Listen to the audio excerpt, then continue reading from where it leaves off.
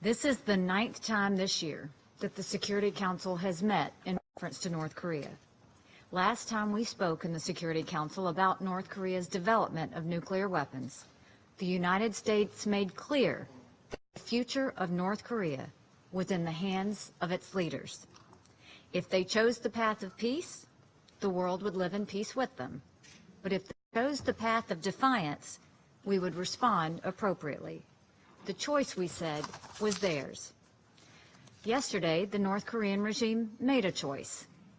It chose to feed its nuclear aggression. It chose to thumb its nose at the civilized world.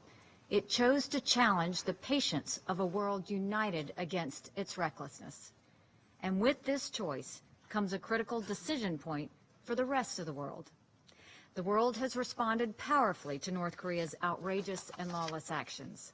This Council has taken unprecedented measures to stop North Korea's development of a nuclear-tipped ballistic missile. We have leveled the most impactful sanctions that any country has experienced in a generation.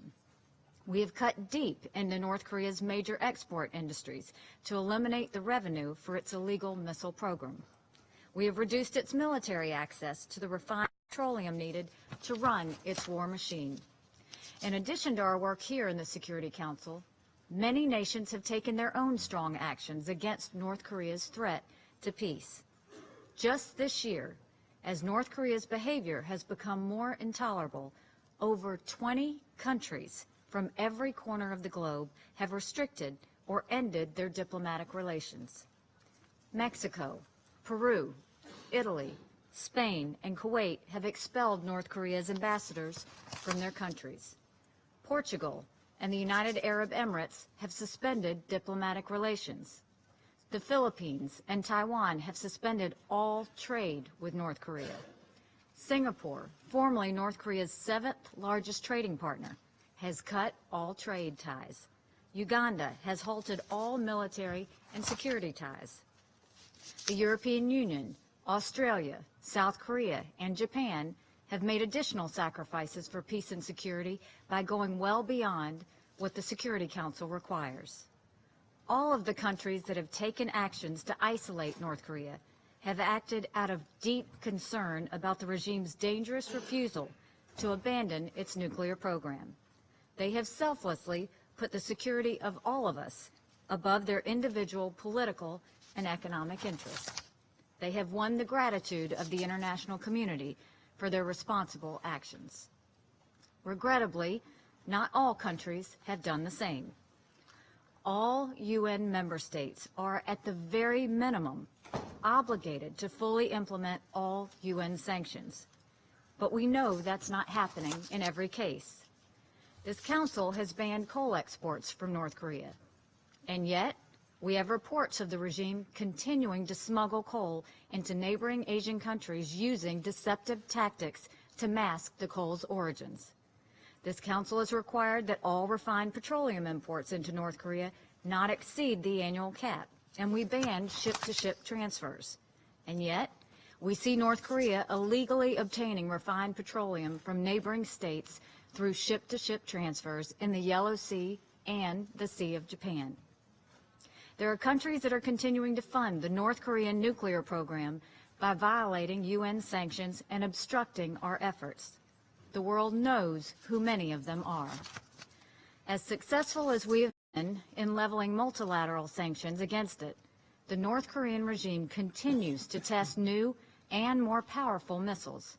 And as it does, it continues its march toward a functional nuclear arsenal. The continuing development of these missile systems demands that countries further isolate the Kim regime.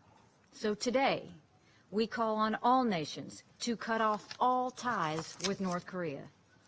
In addition to fully implementing all UN sanctions, all countries should sever diplomatic relations with North Korea and limit military, scientific, technical, or commercial cooperation.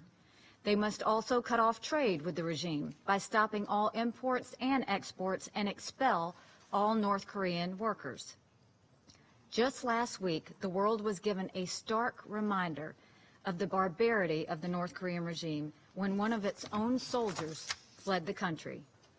even more than the dramatic video of the soldier's escape, more shocking was the soldier's medical condition unrelated to his bullet wounds. While being treated by a South Korean medical team, doctors discovered that the soldier had parasites and uncooked corn kernels in his digestive tract. Clear evidence that the North Korean regime is unwilling to properly feed even its own high-ranking military troops. This is the incomprehensible nature of North Korea. Yesterday's missile launch was more advanced than previous launches. No one can doubt that this threat is growing. No one can doubt that North Korean dictator is getting more aggressive in his obsession for nuclear power. Yesterday, the regime declared itself a nuclear power, saying that it, quote, completed the state nuclear force tipped with a super-large heavy warhead capable of striking the whole mainland of the United States. But the North Korean regime missed something very important. As we have said before, being a nuclear power comes with certain standards. It comes with being responsible enough to know that you don't threaten other countries with nuclear weapons. You don't starve your own people in order to fund nuclear weapons. You don't bully and play games with nuclear weapons. The regime has shown time and again that it doesn't want to talk. Kim didn't even speak with President Xi's envoy when he was sent to talk to the regime. It has emphatically said it will not eliminate its nuclear production. And North Korea is in clear violation of multiple Security Council resolutions.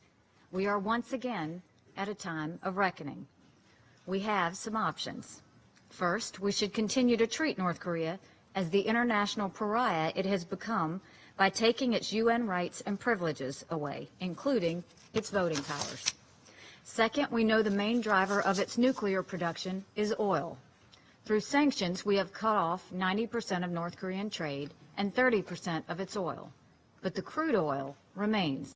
The major supplier of that oil is China. In 2003, China actually stopped the oil to North Korea. Soon after, North Korea came to the table. We need China to do more.